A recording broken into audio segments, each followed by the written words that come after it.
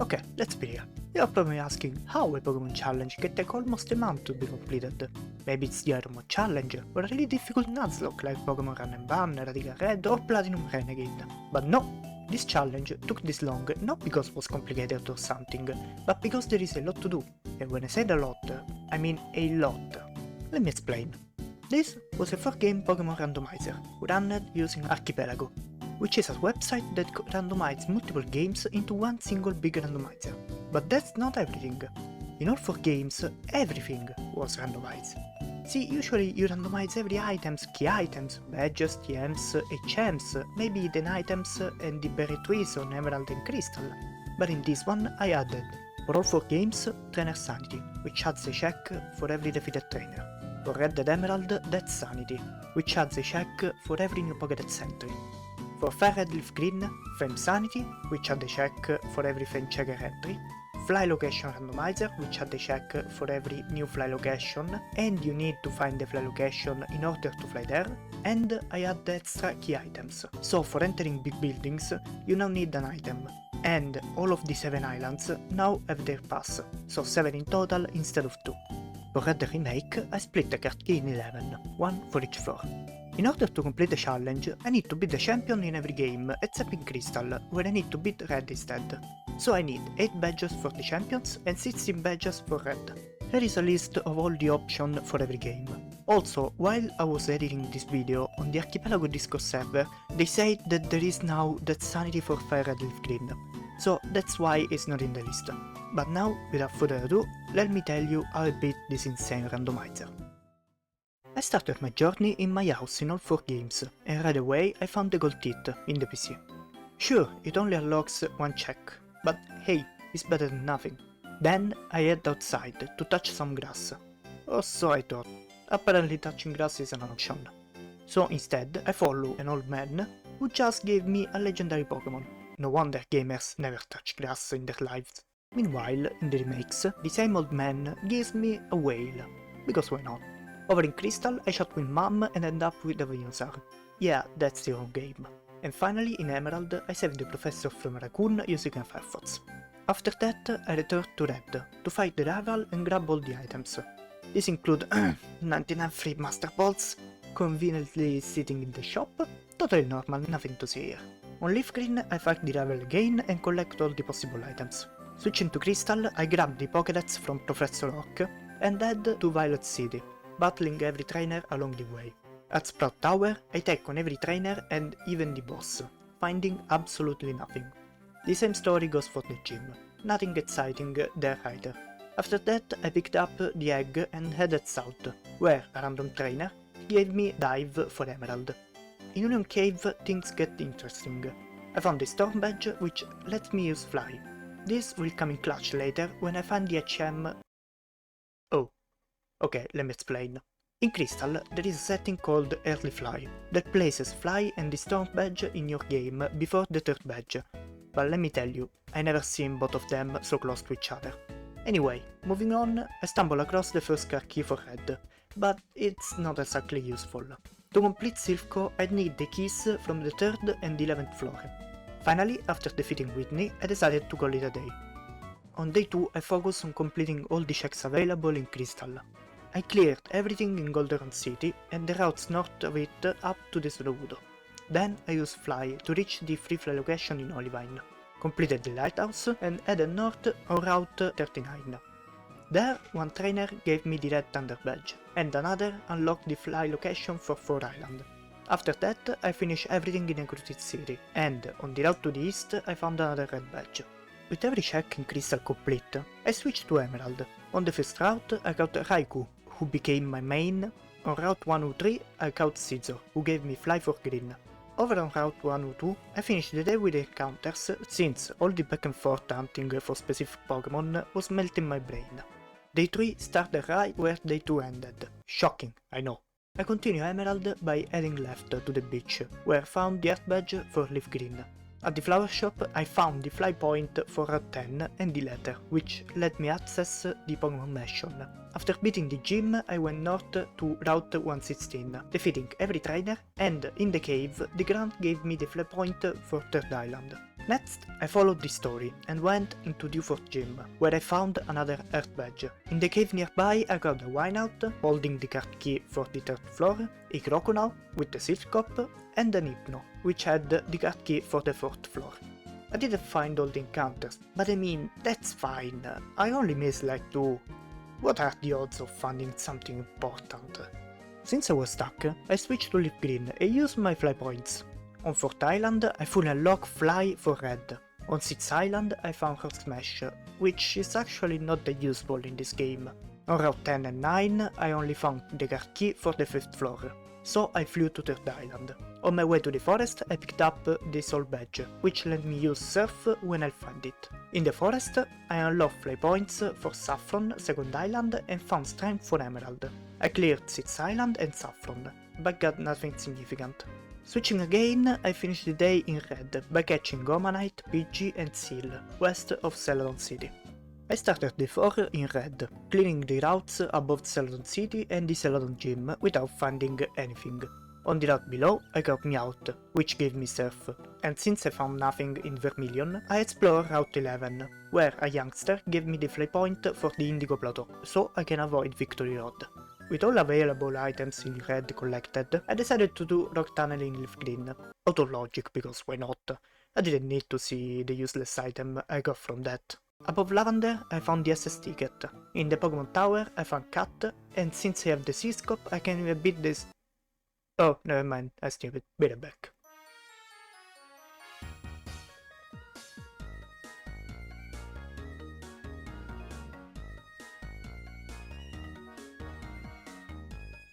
I defeated the Cubone Mother, and a grunt on the next floor gave me the Crystal Volcano Badge. Heading back to Celadon, I found another Volcano Badge sitting in the game corner. Oh gambler. On Route 11, a trainer gave me the fly point for Route 4, and in the underground path, I found the last Earth Badge. Misty gave me the SS ticket for Crystal, and on Route 24 I found the lost item, the Bicycle for Red and the 7 Pass. Flying to Route 4, I entered Mount Moon and immediately found the Marsh Badge. After stealing both Fossil, I explored Route 3, where I unlocked the fly point for Celadon and defeated Brock, who gave me the Room 2 key for Emerald. I cleared Viridian Forest and unsurprisingly found nothing. In Leaf Green I completed everything in Sivco, and found the basement key for Emerald, the pass for Crystal, the Rainbow Badge for Red, and... wait, is that it? I checked over 50 items to find only 3? Okay, that was so disappointing. Afterward, I remember 7 Island, where I found Surf. Oh my god, I found Surf and I can use it! At that point, I'd been playing for over 4 hours, so I saved the Surf checks for the next days. Oh yeah, I guess I also found the Cat, Waterfall and another Marsh Badge, but that's not that important. I started the 5 by clearing the SSN in red, finding anything. Yeah, I'm not even surprised at this point. So I switched to Crystal and used the same bot to reach Kanto. From there I headed north to Cerulean City, and Misty actually gave me a badge. And on my way to Bill's house, a trainer gave me the red secret key for the 7th badge. After that I went to Celadon and made my way to Lavender, where I found Flash on the berry tree just before the city. Moving on, I got to Fuchsia City, finding only the card key, and since I cleared the entirety of Kanto that was available right now, I returned to the SSN to find only the Mineral Badge. Finally, I went to the Golden Road Underground, where I found the Glacier Badge and the Item Finder to end the day. On day 6, I finally did all the surf checks in Leaf Green. I started by clearing all the checks in the 7 islands, and after checking literally every item, the second to last item was the Racing Badge in Icefall Cave. Next, I made my way to Fuchsia City, checking all the items along the way. Found nothing, of course. In the city, I only found the Route 6 key for the bot in Emerald. Then I checked the trainers before Cycling Road and found the fly point for 5 Island, and went toward the 7th Gym City, where in the mansion I found another card key, the Silver Wing and the fly point for 1 island. After that I explored C4 Islands and found the Crystal Boulder Badge. Since I didn't have access to 1 island yet, I decided to do that next, and in the water before Mount Ember I found the T for Red. Then, on the route north of 5 Island, I found a Nightmare. Fortunately though, I didn't have the Balance Badge, so I was fine. For now. I was finally done with the checks in Glyph Green, so I finished the day by switching to Red, where in Celadon City I found Rock Smash for Emerald, and on the road before Lavender I found the Cascade Badge. Since I was in Lavender, I decided to enter the Pokemon Tower, but I didn't find anything. Without the Silph Scope I couldn't complete it, so I defeated the one trainer I forgot about north of Lavender. Guess what? He had the Crystal Rock Smash. He was the only trainer remaining there. Anyway, next I went through Rock Tunnel out of Logic, and in the grass on Route 10 I caught an Alakazam, which gave me the Pokegear. From Cerulean City I headed to Vermilion, and then Celadon, where a random gym trainer gave me the Stone Badge for Emerald. That ended my progress in Red, so after getting the remaining items I switched to Emerald. Using Rock Smash I made my way to Verdanturf.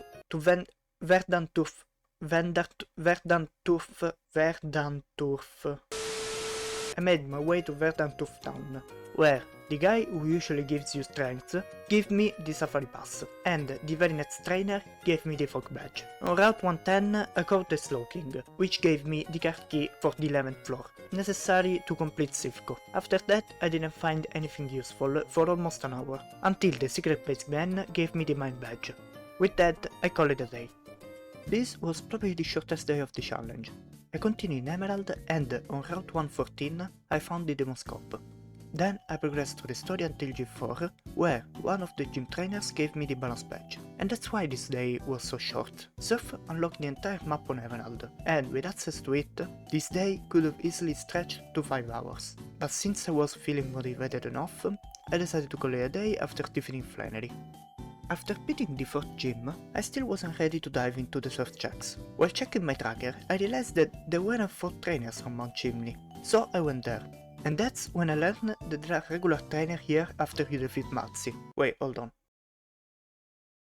Did you know that on Mount Chimney, after you beat Matzi, there are regular trainers instead of grants? Yes? Well, now you know that better. Subscribe for more useful facts. Anyway, one of them gave me the expansion card for the Pokegear in Crystal. I mean, it was useless until I found... Oh, I guess I can use it now.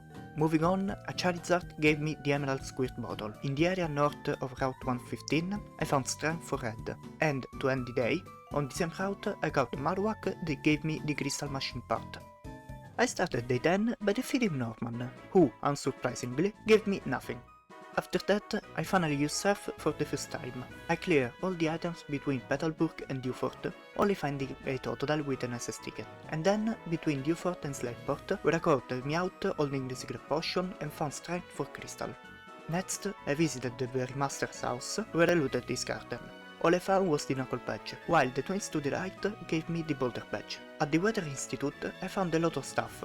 The Red Town map, unlocking new fly point for the game, Strength for Green, and the card key for the 6th floor. While on the way to Fort 3, I found the Fang Checker. I guess it's time to start eating sign. Yay. Oh, and also I got the Mark Bike. Oops, wrong game. There we go. To finish the day, I took down the Fort 3 gym. I know. It's been since day 7 that I've been stuck in Emerald, while the other 3 games are just chilling. But Emerald is by far the biggest of the 4, so we'll be here for a while. Anyway, I made my way to the Safari Zone entrance without finding anything useful. Inside, however, I pick up the Red Scale for Crystal and Waterfall for Green. After that, I reached Lilycove City, and, big surprise, found nothing. Since I have the Mystic Ticket, I decided to catch the 2 level 70 Pokemon. Okay, that was a waste of time. Next, I went to Mount Pyre, and then down the ledge route. Thankfully, in this mod, they remove one of the ledges, so you don't have to backtrack to Lilycove to get all the items. Better back.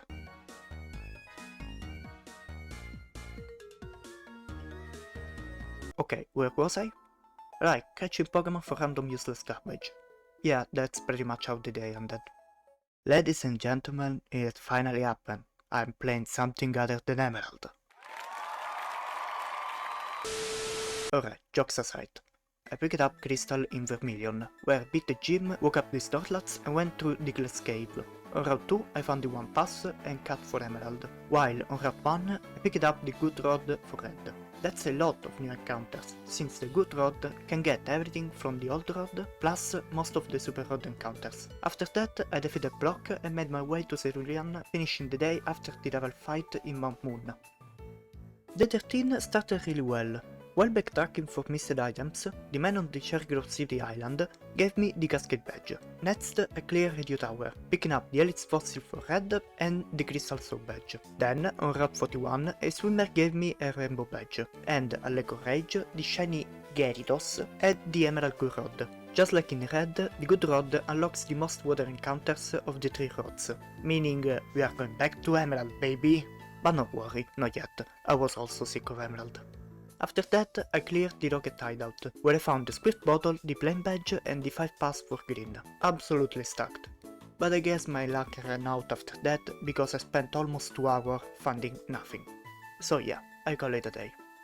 Yesterday I found every available item in Crystal, so it was time to switch to Red, where I already had 7 out of 8 badges. Just one more to finish my first game. I started by defeating Giovanni, and while in the gym I picked up the Magma Emblem, one of the key items needed to complete the Emerald. Then I finished Red by clearing all of Mount Moon, where I found the last 2 fossils. Yeah, there wasn't a lot to do in this game. Now it's time to upgrade my graphic card. Perfect. On Leaf Green, I only found the card keys for the 7th floor for Red. I tried to escape these checks, I really did, but at this point I had no other items left, except for those, the fishing encounters. I won't bore you with every single Pokemon I fished up, but let me tell you, when the tracker looks like this, you know it's insanity. So if you watch all of this to this point, maybe consider leaving a like. It really helped me out. Okay, now back to the game. On day 15, I only found the Boulder Badge for Green and the secret key by revisiting a missed item on Route 120. I returned to Route 115 and found the F Badge. Then, behind the cat trees on the next route, I picked up the Green Gold Teeth and the Sapphire Badge. It was at this moment that I realized I was 1 badge away from completing another game. Crystal. Of all games, the one with 16 badges instead of 8 was the closest to being done. In Petalburg Woods, I found the Agro Bike, and after half a month on this challenge, I finally got Fly for Emerald. This gave me enough motivation to keep pushing forward.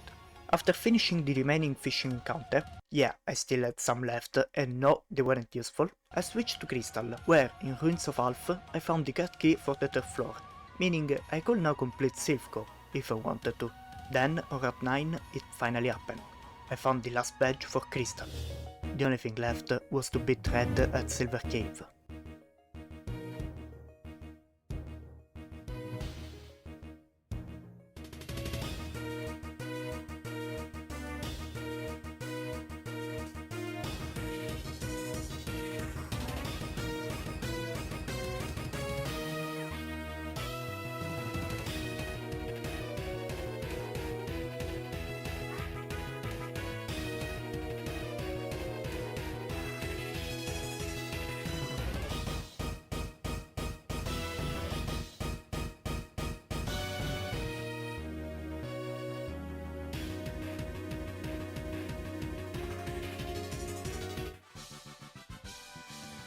I did it. After 16 days, I completed my first game.